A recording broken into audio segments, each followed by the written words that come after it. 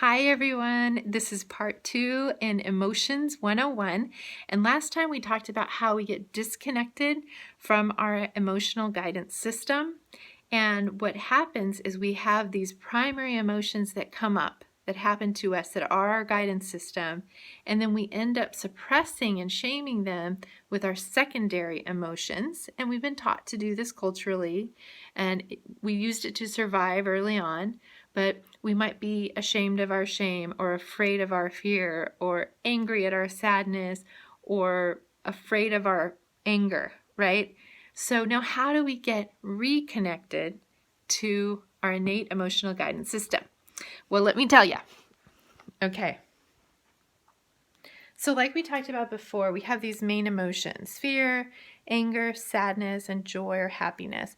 And really, these three are like our body's aversion response. And it's kind of like our fight or flight or freeze response. And it happens in our body. And this is our attraction response. So our bodies actually tell us when to go toward what is life-giving and when to go away from what is not, what's threatening to us. So that's innately in us. It's for our survival. It's beautiful. It will lead you all the way to your best life. But we get disconnected from it. But the way to get back is to allow your primary emotions to be there. So to be aware of when you are using secondary emotions to suppress those primary emotions. And at first this is going to be very difficult because often our default is to suppress, to escape, to, oh my gosh, this is so uncomfortable, I don't want to feel it, right? So at first, treat it like an experiment. Just be aware of it and see if you can just try this. Don't take my word for it. Try it and see what happens for you. Okay, so instead of when you notice, oh my gosh, I'm afraid of this fear, and you're going into the spiral of fear or shame or anger or sadness, take a deep breath. And the first thing you're going to do is to notice how the emotion feels in your body. So when you have anger, for example, right? I'm mimicking anger. Your face is going to scrunch up. You might clench your jaw, your fists like this. Blood goes to your extremities. If you're feeling afraid, you might have a racing heartbeat. You might have sweaty hands. You might constrict your breathing, right? When you're sad, for me, it starts in my stomach, goes up to my chest, into my throat, and then flushes my face and out through tears, right? So our emotions are physical responses in our body. So see if you can notice and just pay attention to what is happening in your body when you have an emotion. First step. Okay, then the second one is the main one. We're going to allow the emotion to be there and allow the discomfort. This is going to be hard because your knee-jerk reaction is going to be to escape or suppress it. But see if you can take a deep breath and give it permission to get bigger. Again, this is so counterintuitive, but trust me and try it out and see what happens. Give it permission to get bigger and to speak to you, to tell you what it wants.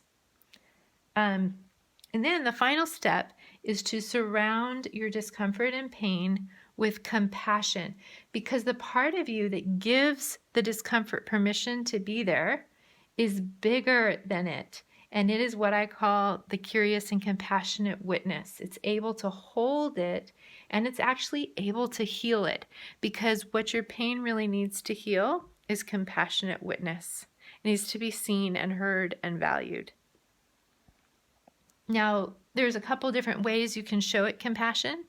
One is through physical soothing. Like I said, those emotions are actually physically in your body, so it's really helpful to soothe your physical body. Put your hand on your heart, stroke your hair, hug yourself, massage your body. And then the second one is words of comfort. I love, Thich Nhat Hanh's words is what I use. I say, beloved, I am here for you. I see you are suffering and I am here. So you can have even a go-to phrase that is comforting to you. Make it your own. So physical soothing, words of comfort. And I just wanted to note here that this, like I said, goes against your default. So it's going to need practice. It's going to require you to experiment with it, see what happens. And like I said, also, your emotions are like a child, right, that wants to be seen, heard, and valued. And like a child who's kind of going, mommy, mommy, mommy, mommy, and wants attention, once you look it in the eye lovingly and you give it attention, it will actually calm down. So this work really is reparenting of your inner child. It's healing of your trauma. It's all those beautiful things. And then I just wanted to show you this little drawing that I made that represents this process, okay? So essentially, whenever you have an emotion that overwhelms you, you want to first identify where it is in your body. Really pay attention to how it's manifesting in your body. Take a deep breath and give it permission to get bigger. And the part of you that gives it permission to get bigger and says, tell me everything. What do you need? What do you want? Anger, sadness, fear. The part of you that gives it permission is bigger even than it.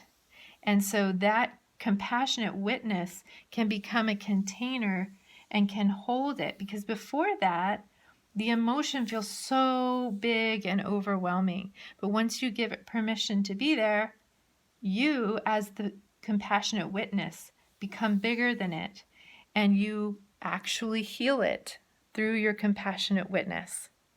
So if you have any questions about this, or you try it and you want to tell me about it, please leave me a message in the comments or DMs. I would love to hear about it.